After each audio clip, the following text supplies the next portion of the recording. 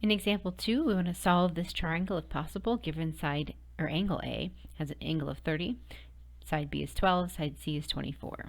So angle A is 30, so I'm going to draw an acute angle there. And it's 30 degrees.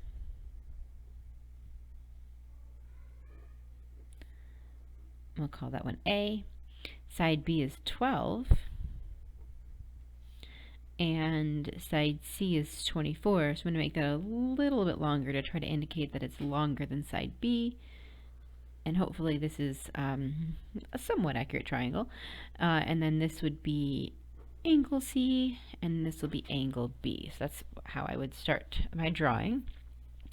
And I can't find any of the other angles from subtraction, and I can't use law of sines because I don't have an angle side pair. So law of cosines is going to be the only way to start this one. And we're going to have to look for little a because the only angle we know is capital A. So let's start with our law of cosines. Okay, so first of all, a squared, little a squared, is equal to b squared, so 12 squared, plus c squared, 24 squared, minus 2ac, so 2 times 12 times 24, times the cosine of a, and that's 30.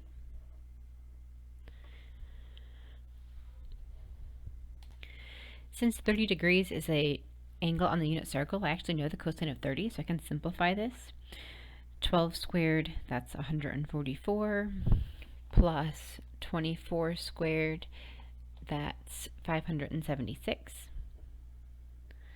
minus 2 times 12 times 24, that's again 576, times the cosine of 30, that's square root of 3 over 2. So it is possible to simplify part of this by hand, although most likely with a square root angle we're going to want to get a as a decimal because otherwise it's going to be the square root of a square root when I solve for a. So I'm going to go ahead and convert this to decimal at this point. And so we have to find a, I want to do the square root of 144 plus 576 minus 576 times the square root of 3 over 2. Okay, and so it looks, if I can make that a little bigger, it looks like the angle, or the side A, should be, I've done the square root of both sides already, so it should be 14.8718. Okay, so 14.8718 is side A. Okay, now I don't have enough information to find the other angles at the moment from subtraction, but I can use the pair of side A, angle A, and the law of cosines to find one of the others. So let's look for angle C. Okay, so angle C. So I'm looking for an angle.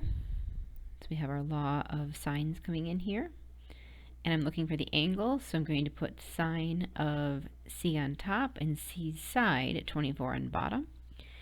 And then we will put sine of A, 30 degrees on top, and side A, 14.8718 on bottom. Now we know that we can multiply both sides by the 24 to get sine C by itself, and again it's not going to come out as an exact value because the 14 is not an exact value. Oops. Hold on, let me get back to that window. There we go. Just trying to click on it to make it show up better. And then let's do our calculation. Okay, so the sine of C is sine of 30 degrees, which I actually already know is square root of 3 over 2. So it's square root of 3 over 2, sine, the cosine is square root of 3 over 2. The sine is 1/2. So it's 1/2 divided by the 14.8718 0.8718, and then times the 24. Okay, so that should give us that our sine of C is equal to 0.80689, which is actually going to make this 8 here a 9. And so if we take the arc sine of that, I have to take decimals and turn it into degrees real quick. Okay, and then I can take the arc sine of that, and it comes out with C equals 53.7938 degrees, or remembering arc sine is in the top, or shy of 180 by that, so 180 minus that angle gives us what the other option is 126.2062 degrees. So you have two choices for C. Now, because our side C is that longest side, it has to have the biggest angle, and so it's going to be an obtuse angle.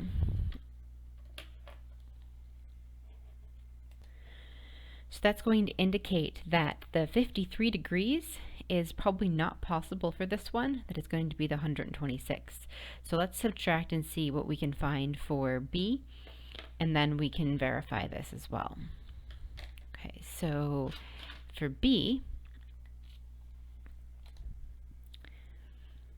if we consider both options, we're going to notice that this one's not going to make sense. So if I try B equals 180 minus 30 minus 53.7938, or the other option for B, 180 minus 30 degrees minus 126.2062 degrees. So let's find out both possible values for B based on just subtraction, and then we'll be able to hopefully realize that the top one doesn't make sense. So if we go back up here, so first of all, my angle, if it was 53, this would give us 180 minus 30 minus 53.79, etc., 7938. And so this would give us a B value of 96.2062. And if I use the other angle, then that gives me that, oops, I've got to put that in the other line.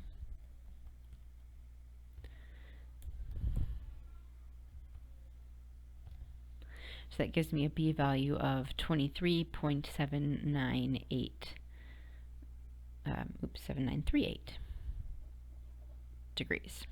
Okay, so those are my two possibilities for B at the moment, but because C has the largest side, it has to have the largest angle. So B cannot be larger than C. So a pairing of 53 degrees for C and 96 for B will not work. So we have to throw that away. This does not work because longest side must correspond to biggest angle.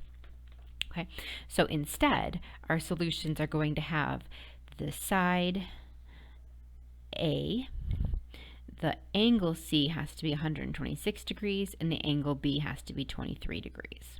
Okay. Notice that side B is the shortest side, so again, it should have the smallest angle. A was 30 degrees, its side was 14. B side is 12, it needs to be smaller than 30 degrees, and we got 23 degrees point something, and so that's reasonable. Okay. All right.